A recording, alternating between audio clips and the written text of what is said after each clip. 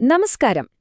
ബിസിനസ്സില് ഒരു വലിയ മാറ്റം, അതായത് ഒരു സ്ട്രാറ്റജിക് പിവറ്റ് വരുത്തുക എന്നത് അത്ര എളുപ്പമുള്ള കാര്യമല്ല അല്ലേ? ഒരു ബിസിനസ് പ്രതിസന്ധിയിലാകുമ്പോഴോ വലിയൊരു മാറ്റം വേണ്ടിവരുമ്പോഴോ ഉപയോഗിക്കാവുന്ന വളരെ ഇഫക്റ്റീവായ ഒരു പ്ലേബുക്കിലേക്കാണ് നമ്മളിന്ന് കടക്കുന്നത്. കേവലം കുറച്ച് തിയറികൾ പറയുകയല്ല, പകരം ഒരു 15 സ്റ്റെപ്പ് പ്ലാനിംഗ് ഫ്രെയിംവർക്കിനെ വളരെ കൃത്യമായ ഒരു ആക്ഷനബിൾ പ്ലാനായി നമ്മളിന്ന് മാറ്റാൻ പോകുകയാണ്. വലിയൊരു വിപണി മാറ്റത്തിനോ അല്ലെങ്കിൽ ഒരു പരാജയത്തിനോ ശേഷം ഏതൊരു ലീഡറും ഉറക്കമൊഴിച്ചിരുന്ന് ചിന്തിക്കുന്ന ഒരു ചോദ്യമുണ്ട്: അടുത്ത ഘട്ടത്തിൽ സ്ഥാപനത്തിന്റെ സുസ്ഥിരമായ വളർച്ചയ്ക്കും നിലനിൽപ്പിനും ഏറ്റവും അനുയോജ്യമായ പുതിയ സ്ട്രാറ്റജികൾ ഏതായിരിക്കും? വളരെ നിർണായകമായ ഈ ചോദ്യത്തിന് ആത്മവിശ്വാസത്തോടെ ഉത്തരം കണ്ടെത്താൻ സഹായിക്കുന്ന കൃത്യമായ ഒരു പ്രോസസ്സിലൂടെയാണ് നമ്മളിന്ന് സഞ്ചരിക്കുന്നത്. ഈ സങ്കീർണമായ പ്ലാനിങ്ങിന് വളരെ എളുപ്പത്തിൽ പ്രാവർത്തികമാക്കാൻ ആ 15 സ്റ്റെപ്പുകളെ നമ്മൾ സിമ്പിളായി 6 പ്രധാന ഘട്ടങ്ങളായി തിരിച്ചിട്ടുണ്ട്. മാറ്റത്തിന്റെ ആവശ്യം മുതൽ റിവ്യൂ വരെ. നമുക്ക് തുടങ്ങാമല്ലേ? അപ്പോൾ നമ്മുടെ ആദ്യത്തെ സെക്ഷനിലേക്ക് കടക്കാം. ദ നീഡ് ടു പിവറ്റ്, അഥവാ മാറ്റത്തിന്റെ യഥാർത്ഥ ആവശ്യം.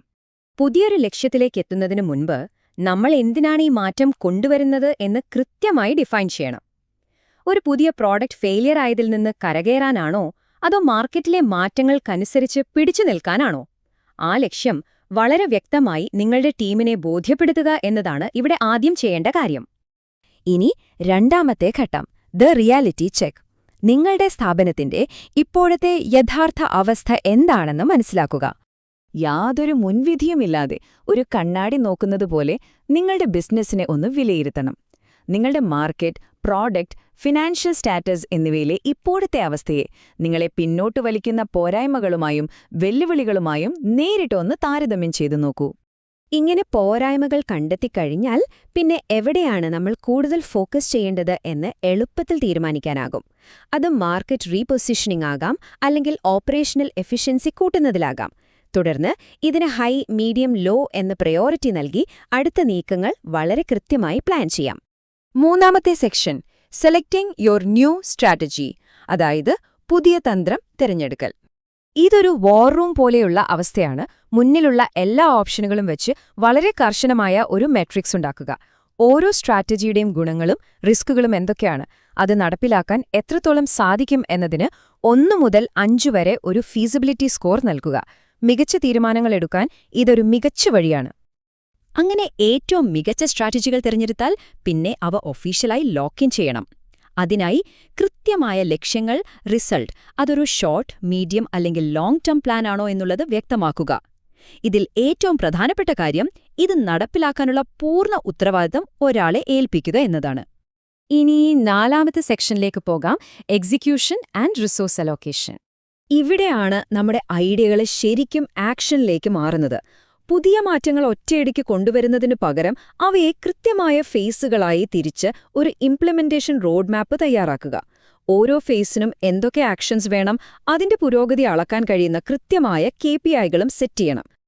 എത്ര വലിയ സ്ട്രാറ്റജിയും മതിയായ ഫണ്ടില്ലെങ്കിൽ പൊളിഞ്ഞുപോകും, തീർച്ചയായും. അതുകൊണ്ട് നിങ്ങളുടെ സാമ്പത്തികം, പുതിയ ടെക്നോളജി, ജീവനക്കാർ, പാർട്ട്ണർഷിപ്പുകൾ എന്നിവയ്ക്ക് എത്ര ബഡ്ജറ്റും സമയവും വിഭജിച്ചു നൽകണമെന്ന് മുൻകൂട്ടി തന്നെ പ്ലാൻ ചെയ്യേണ്ടതുണ്ട്. പ്ലാനിംഗ് ഒക്കെ ഉഷാറായിരിക്കും, പക്ഷേ യാഥാർത്ഥ്യം എപ്പോഴും നമ്മൾ വിചാരിക്കുന്നത് പോലെ ആയിരിക്കില്ല എന്ന് നമുക്കറിയാമല്ലേ? ചിലപ്പോ ഫണ്ട് കുറയാം, അല്ലെങ്കിൽ മാർക്കറ്റിൽ നിന്ന് എതിർപ്പുകളുണ്ടാകാം. ഇതൊക്കെ മുൻകൂട്ടി കണ്ട് അവയെ മറികടക്കാനുള്ളൊരു മിറ്റിഗേഷൻ സ്ട്രാറ്റജി നിർബന്ധമായും പ്ലാനിൽ ഉൾപ്പെടുത്തിയിരിക്കണം. അഞ്ചാമത്തെ സെക്ഷൻ, ആളുകളെയും മാറ്റങ്ങളെയും മാനേജ് ചെയ്യൽ. ഇതൊരു ഹ്യൂമൻ എലമെന്റാണ്. എത്ര ഗംഭീരമായി ഫണ്ട് ചെയ്യപ്പെട്ട തന്ത്രമാണെങ്കിലും നിങ്ങളുടെ ടീമിന്റെ സപ്പോർട്ട് ഇല്ലെങ്കിൽ അത് തകർന്നു വീഴും. സ്ഥാപനത്തിന്റെ ഘടനയോ ആളുകളുടെ റോളുകളോ മാറുമ്പോൾ എതിർപ്പുകൾ സ്വാഭാവികമാണ്. ഈ മാറ്റങ്ങളുമായി പൊരുത്തപ്പെടാൻ അവരെ സഹായിക്കുന്നതിനുള്ള കൃത്യമായ ഒരു സപ്പോർട്ട് സിസ്റ്റം നമ്മൾ ഒരുക്കണം. ഈ മാറ്റങ്ങളെ ആളുകൾ ഉൾക്കൊള്ളാൻ ഏറ്റവും നല്ല വഴി എന്താണെന്നോ? മികച്ച കമ്മ്യൂണിക്കേഷൻ. ആ എതിർപ്പുകളെ മറികടക്കാൻ കൃത്യമായ ഒരു കമ്മ്യൂണിക്കേഷൻ പ്ലാൻ തന്നെ വേണം. നിങ്ങളുടെ സന്ദേശം മാനേജ്മെന്റ്, ജീവനക്കാർ, നിക്ഷേപകർ, കസ്റ്റമേഴ്സ് തുടങ്ങി എല്ലാവരിലേക്കും ശരിയായ സമയത്തെത്തുന്നുണ്ടെന്ന് ഉറപ്പാക്കുക. അവസാനത്തെ section, review, iterate and align. നമ്മൾ ഇത്രയൊക്കെ കഷ്ടപ്പെട്ട് നടപ്പിലാക്കിയ സ്ട്രാറ്റജിക് പിവറ്റ് ശരിക്കും റിസൾട്ട് ഉണ്ടാക്കുന്നുണ്ടോയെന്ന് ഉറപ്പുവരുത്താനുള്ള ഘട്ടമാണിത്. കമ്പനിയുടെ ലാഭക്ഷമത കൂടുന്നുണ്ടോ, കസ്റ്റമർ ഹാപ്പിയാണോ, ബ്രാൻഡ് വാല്യൂ കൂടിയോ എന്നൊക്കെ തുടർച്ചയായി നമ്മൾ മോണിറ്റർ ചെയ്യണം.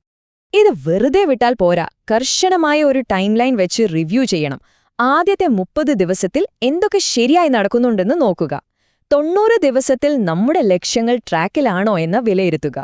6 മാസം കഴിയുമ്പോൾ ഇനിയും എന്തെങ്കിലും മാറ്റങ്ങൾ വേണമോ എന്ന് കൃത്യമായി അനലൈസ് ചെയ്യണം.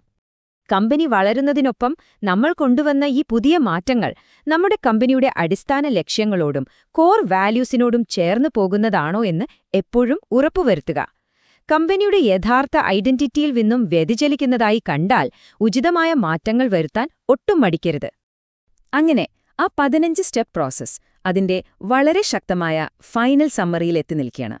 നിങ്ങളുടെ ഏറ്റവും മികച്ച സ്ട്രാറ്റജികൾ, ഉടനടി എടുക്കേണ്ട ആക്ഷനുകൾ, പ്രധാന പാർട്ട്നേഴ്സ്, ആദ്യം നോക്കേണ്ട ആ സക്സസ് ഇൻഡിക്കേറ്റർ എല്ലാം ഇതിലുണ്ട്. അപ്പോൾ ഇന്നത്തെ എക്സ്പ്ലെയിനർ നമ്മൾ അവസാനിപ്പിക്കുകയാണ്. പോകുന്നതിനു മുൻപ് ഒരു കാര്യം ചോദിച്ചോട്ടെ. ഇത്രയും കൃത്യമായൊരു പ്ലേബുക്ക് കയ്യിലുള്ളപ്പോൾ നിങ്ങളുടെ ബിസിനസ്സിലെ പോരായ്മകളെപ്പറ്റി വ്യക്തമായി മനസ്സിലാക്കി അടുത്ത വലിയ മാറ്റത്തിന്, ആ വലിയ പിവറ്റിന് നിങ്ങളുടെ ടീം ഇപ്പോൾ പൂർണ്ണമായും തയ്യാറാണോ? തീർച്ചയായും ഈ ചോദ്യം നിങ്ങളെ കൂടുതൽ കാര്യക്ഷമമായി ചിന്തിക്കാൻ സഹായിക്കുമെന്ന് കരുതുന്നു. നന്ദി.